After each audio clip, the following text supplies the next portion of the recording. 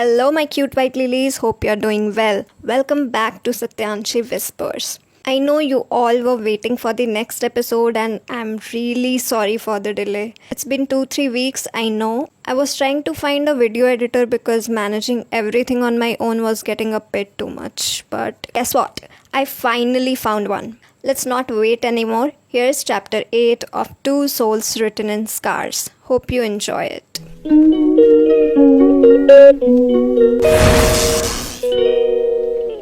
Akshar returned to the mansion. The anger on his face was clearly visible. As soon as he arrived, he yanked off his tie and flung it aside, then snapped at the security head. You people are absolutely useless. I'm wasting my money on you. But boss, we were alert. No idea how, ma'am. The security head began to explain. But before he could finish, Akshar lashed out. If you were alert, then how did she escape, huh? Trust me, boss. Guards were stationed all over the mansion. We all have no clue how madam slipped away. The security head said, lowering his head in shame. Akshar walked over and sat on the couch. Did you check the CCTV footage? Which direction did Trishvika go? Yeah, boss. Ma'am jumped over the wall using the stairs and ran toward the highway. I've sent 2 of our teams to search for her. We have blocked off the entire city. We'll bring her back soon. The security head reported.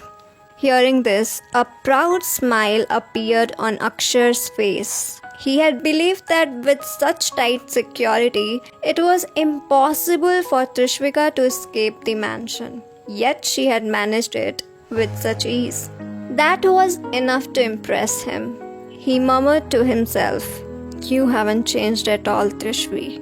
You're like a sparrow. No one can break you. No chain can hold you down. You are made to fly free. He picked up his bike keys and said to the security head, Send me her location. Then he left the mansion. The security head stood there in shock for a moment. This was the first time Akshar Purushottam had finally gone after someone. Normally, everything happened with a single order from him. What made him go himself this time? This girl. She must be someone very special to his boss. With these thoughts, the security head quietly started tracing Tishvika's location. Meanwhile, Tishvika had reached the highway. The night was eerily quiet. Getting an auto or a taxi at this hour was nearly impossible, but she was finally out. This was her one and only chance to escape. No matter what, she had to leave tonight. She kept running until she saw a taxi approaching from behind. It felt like even God was on her side. She waved her hand to signal the taxi to stop. It did. Tishvika got in and said, Please, bhaiya, just drop me at the station or any bus stand. The driver said nothing and the taxi sped ahead. Back on the highway. Akshar had just arrived. His phone rang. He stopped his bike and checked. It was a message from the security head with Tishvika's traced location. He was only a little behind her. A devilish smirk formed on his lips. Slipping the phone back into his pocket, he muttered, Run as much as you want, little sparrow. Let's see how far you go with those little wings. He started his bike and sped off. Inside the taxi, Trishvika took a deep breath through the open window. Rain had started to fall. A gentle scent of wet earth filled the air. It felt like the scent of freedom. A soft, peaceful smile graced her lips. One hand rested over her belly. She was free now. Once she got out of this city, Akshar Purushottam would never find her again. With that thought, she paid closer attention to the road, and something felt off. The highway had ended, and the taxi was now driving down a narrow dirt path. This wasn't the way to a bus stand or station. She leaned forward and said, Bhaiya, I think we are on the wrong road. This doesn't lead to the station. Just then, both side windows rolled up. The driver slurred, "Madam, why worry? I'm taking you to the right way. This is a shortcut. We'll reach quickly." The stench of alcohol hit her. Trishvika's eyes widened in alarm. She said urgently, "No, bhaiya, please let me get down here. I'll manage on my own." "Madam, it's not safe for a lone girl to be wandering the roads at night," the driver said, turning to glance at her with unsettling eyes. I told you I'll drop you at the right place." She saw the intent in his eyes and realized the danger. The road was now darker and even more deserted. Her heartbeat quickened with fear, but her mind stayed sharp. She had to escape. But how? She tried to open the taxi door, but it was locked tight. There was no way out. She screamed, "I said stop the taxi!" "Taxi won't stop now, madam," the driver said. Trishvika leaned forward toward the driver's seat, trying to make him stop the taxi. Struggling to keep control of the vehicle, the driver snapped, What are you doing? Sit back quietly." But Tishvika didn't stop. Amidst their tussle, the taxi lost balance badly. By the time the driver regained some control, Tishvika had finally unlocked the doors. Slamming the brakes, the driver growled, "Now watch what I'll do to you." Tishvika saw her chance. As the driver stepped out and came around to her side to open the door, she suddenly shoved it open from the inside, pushing the driver back a little. That was her moment. She dashed out of the taxi, but the driver quickly regained his balance and chased after her. It was raining hard and the road was unpaved. Tishvika couldn't run fast, but she was trying her best to escape his clutches. The man was trailing close behind her with heavy, fast steps. Even in his intoxicated state, his pace was shockingly swift. He knew exactly how this night was going to end. This girl wasn't getting away, so he wasn't even trying too hard. Tishvika had gone quite far, but when she turned to look back, the man was still only a few steps behind. She pushed forward only to find a massive wall blocking her path. She couldn't climb it. There was no way forward, nowhere to go. The man was nearly upon her, just 10 steps away. Her breath hitched. Her heartbeat raced. Was this really how it would end? The man stopped a few steps away, eyeing her intently. The rain had soaked her completely, her clothes now clinging to her body, revealing every curve. With lust glimmering in his eyes, the taxi driver sneered. "Tired of running, madam? Need some help?" Meanwhile, Akshar was riding his bike, tracking Trishvika's phone location down the same muddy road. He muttered to himself, "Why would she come to such a place at this hour?" Soon he spotted a taxi up ahead with its door wide open. He stopped his bike and went over. The location pointed exactly here. He peered inside the taxi. Tishvika was nowhere in sight, and the driver's seat was empty. On the floor of the vehicle, he saw Trishvika's phone. Frustration spread across Akshar's face. Worried, he muttered, "Damn it, what happened here? Where is Trishvi?"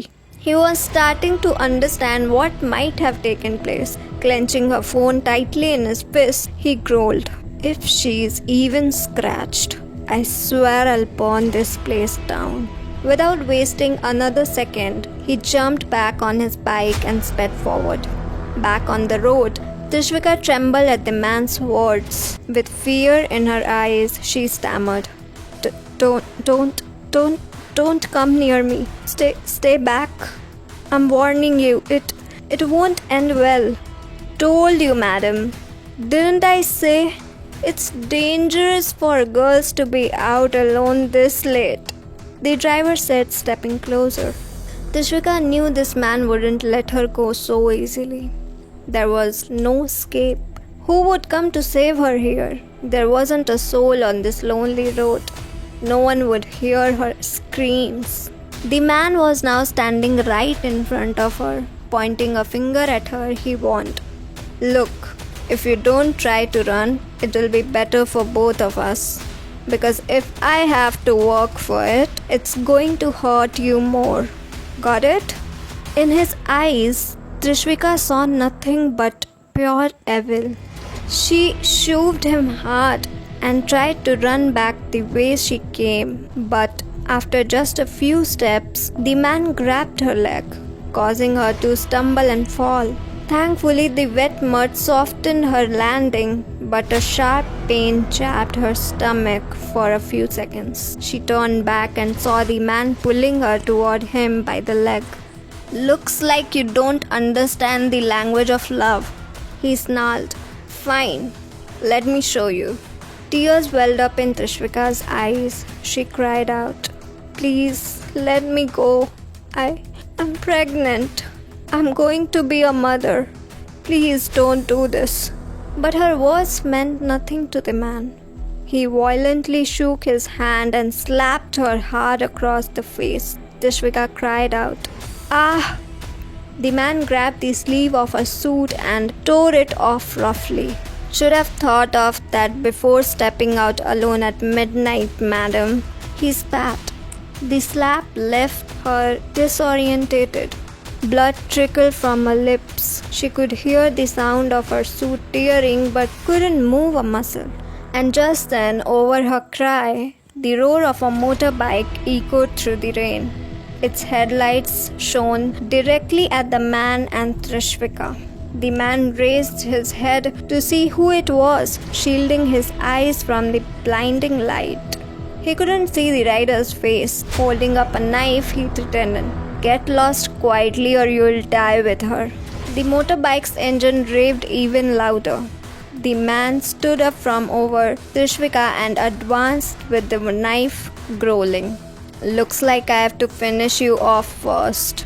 By now, the darkness before Tishvika's eyes had started to clear and she could see faintly, but she still couldn't move from her place. The bright headlights of the bike were shining straight into her eyes.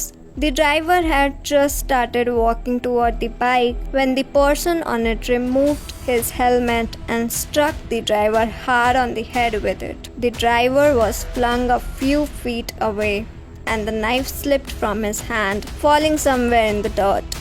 The helmet had hit his face directly, making him scream out in pain. "Ah!" Tishvika could see the man's face more clearly, and once she recognized him, a faint whisper escaped her lips. "Akshar." Akshar stepped down from the bike. Within seconds, his hair was completely drenched. He walked toward Trishvika, his eyes locked only on her, and she too was looking at him. Just as he was walking toward her, the driver got up again and moved to attack Akshar, shouting, "Wait, I'll show you." But before he could finish, Akshar grabbed him by the neck from the side and, without breaking eye contact with Trishvika, slammed him against the wall. The driver writhed in pain, flailing his arms and legs, but it was no use. Akshar's grip was too strong. Tishvika hadn't expected Akshar to reach her. She had run away to get away from him, and now he was the one who saved her. Her eyes were still filled with tears. The rain hadn't stopped. The driver's cries and groans still rang in her ears, but Akshar's eyes were only on her. Moments later, 6 cars arrived one after another. Black uniformed guards stepped out of them. They grabbed hold of the driver. No one had approached Trishvika yet. Akshar released the man and signaled his bodyguards to take him away.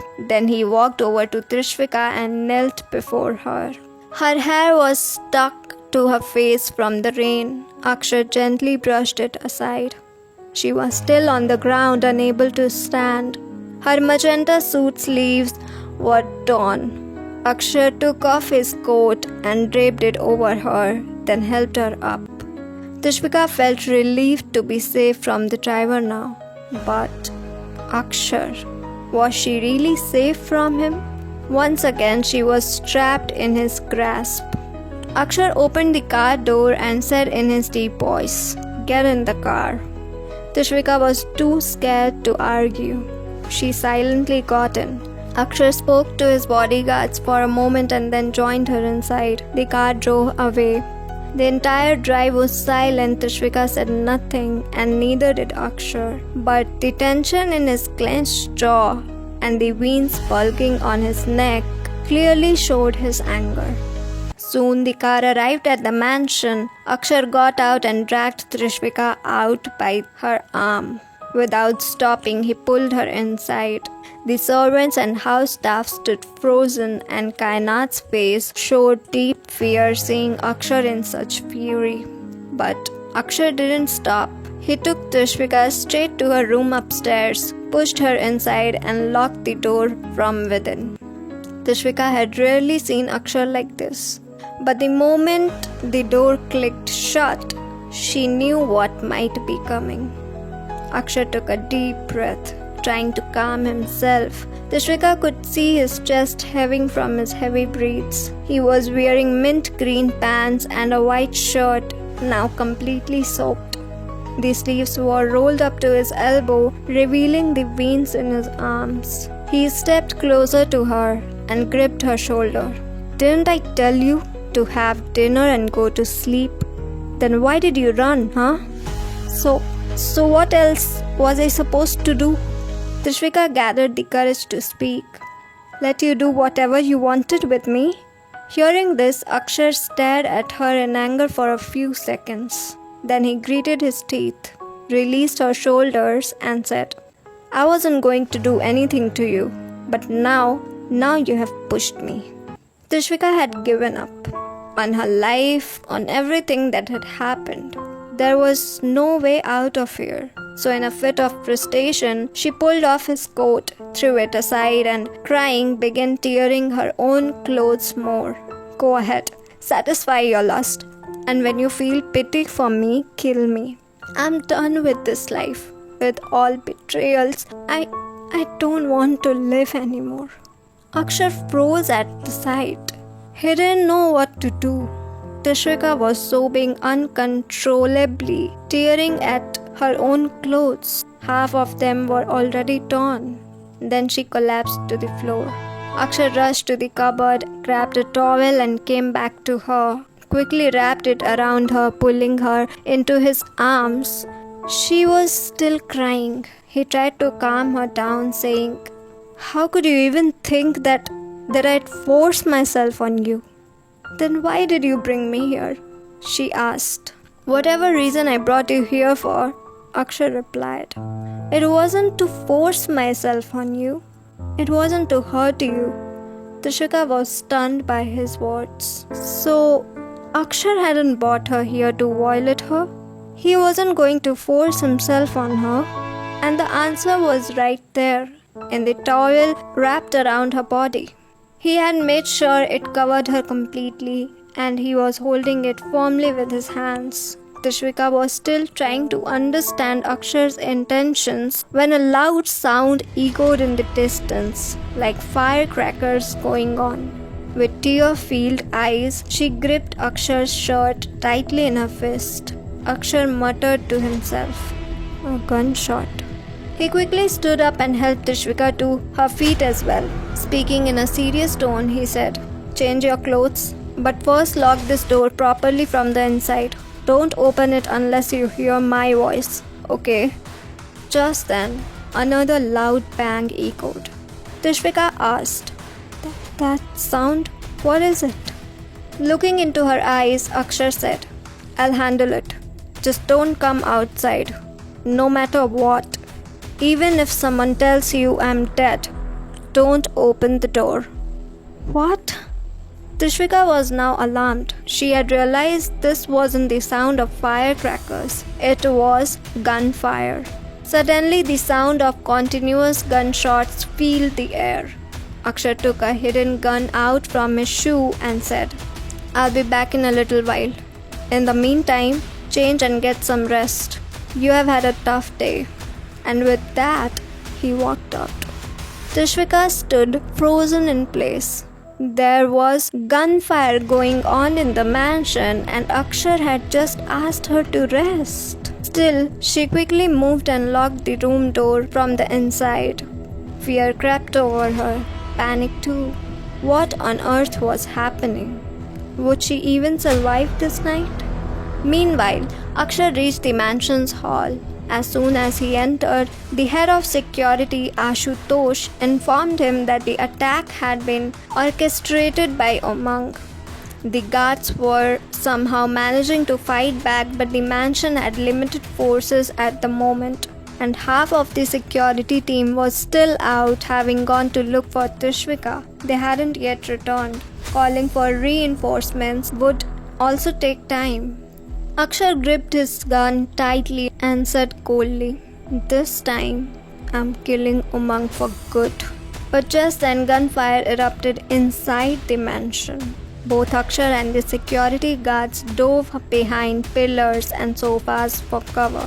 Back in the room, Trishvika could hear the relentless firing echoing through the mansion.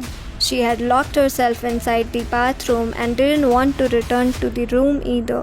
She had already taken a shower and was now just waiting for Akshar's voice. Should she call the police? But this wasn't just random firing. It was a full-blown attack. Gunshots had been going on for nearly 20 minutes without pause. She checked her phone. The battery was dead. Even if she wanted to call for help, she couldn't.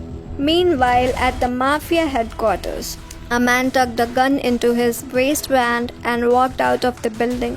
Outside, along the discard, there were about 20 other cars lined up, all packed with guards dressed in black. The man shouted, "Someone dared to attack the mansion.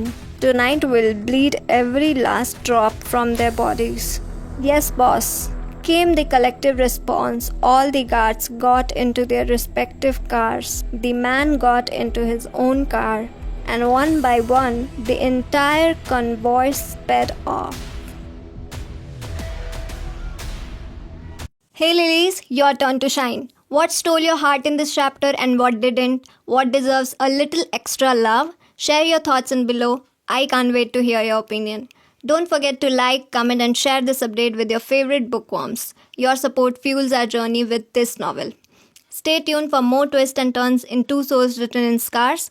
Until then, may your dreams be filled with your favorite fictional characters. All yours, Satyanshi.